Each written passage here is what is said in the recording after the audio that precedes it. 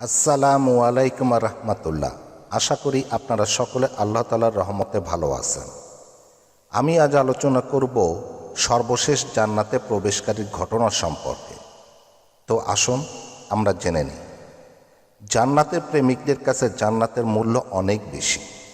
জান্নাতের জন্য তারা নিজের জীবন উৎসর্গ করেছেন। কেন তারা জান্নাতের জন্য এমনটি করবেন না? অথচ রাসূল সাল্লাল্লাহু আলাইহি ওয়াসাল্লাম বলেছেন, জান্নাতের সবচেয়ে নিম্ন স্তরের লোকও সুখী থাকবে, সামান্য লোকও বাদশাহ হয়ে বসবাস করবে। সহিহ মুসলিমে আব্দুল্লাহ ইবনে মাসউদ রাদিয়াল্লাহু তাআলা আনহু থেকে বর্ণিত, রাসূল সাল্লাল্লাহু আলাইহি ওয়াসাল্লাম বলেন, সর্বশেষ যে ব্যক্তি জান্নাতে প্রবেশ করবে সে পুল সিরাতে একটু হাঁটবে, আবার পড়ে যাবে। জাহান্নাম তাকে আঘাত করবে। এভাবে সে পুলসিরাত পুরোটা অতিক্রম করবে।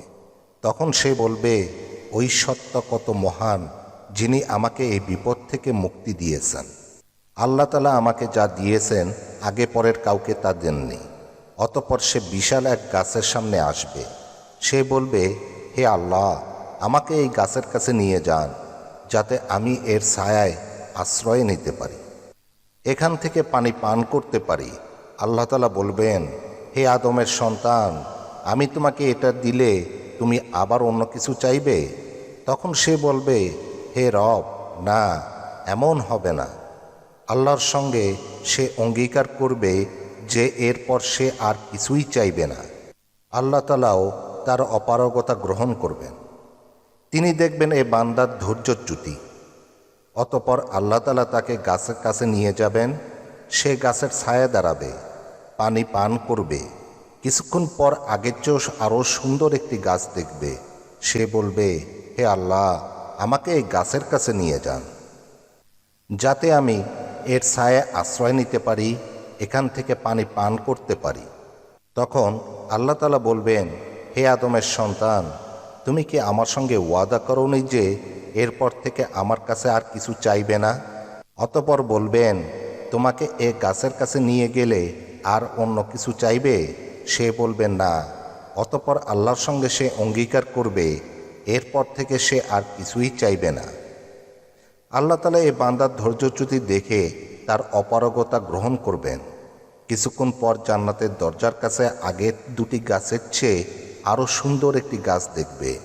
সে বলবে, হে আল্লাহ, আমাকে এই গাছের কাছে নিয়ে যান, যাতে আমি এর আশ্রয় নিতে পারি, এখান থেকে পানি পান করতে পারি।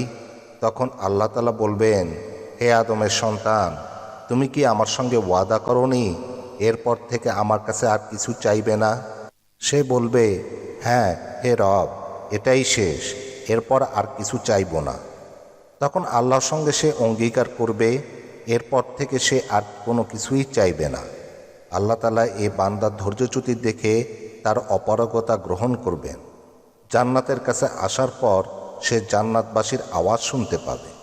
সে বলবে, হে রব, আমাকে এখানে ঢুকিয়ে দিন। তখন তাকে বলা হবে, তুমি জান্নাতে প্রবেশ করো। সে বলবে, এখানে আমি কিভাবে থাকব? মানুষ তো সব স্থান দখল করে আছে। তখন আল্লাহ তাআলা বলবেন, হে আদমের সন্তান, তোমাকে কি দিলে তুমি সন্তুষ্ট হবে? দুনিয়ার কোনো বাদশার মতো হলে তুমি সন্তুষ্ট হবে? সে বলবে, হ্যাঁ হে রব, আমি সন্তুষ্ট হব। তখন তিনি বলবেন, তোমাকে এর চেয়ে বেশি, এর চেয়ে বেশি, এর চেয়ে বেশি, এর চেয়ে বেশিই দিলাম। পঞ্চমবার সে বলে উঠবে, হে রব, আমি সন্তুষ্ট। আল্লাহ তাআলা বলবেন, এগুলোর সঙ্গে তোমাকে আরও 10 গুণ বাড়িয়ে দিলাম। তোমার চোখ ও মনের সব কামনা বাসনা পূরণ করো। আল্লাহ তাআলা তাকে আরও বলবেন, তুমি কোনো কিছুর আকাঙ্ক্ষা করো? আল্লাহ তাআলা তাকে বলে দেবেন, এটা চাও, ওটা চাও। যখন তার আশা আকাঙ্ক্ষার সব কিছুই শেষ হয়ে যাবে, তখন আল্লাহ তাআলা তাকে তার প্রাসাদে প্রবেশের অনুমতি দেবেন।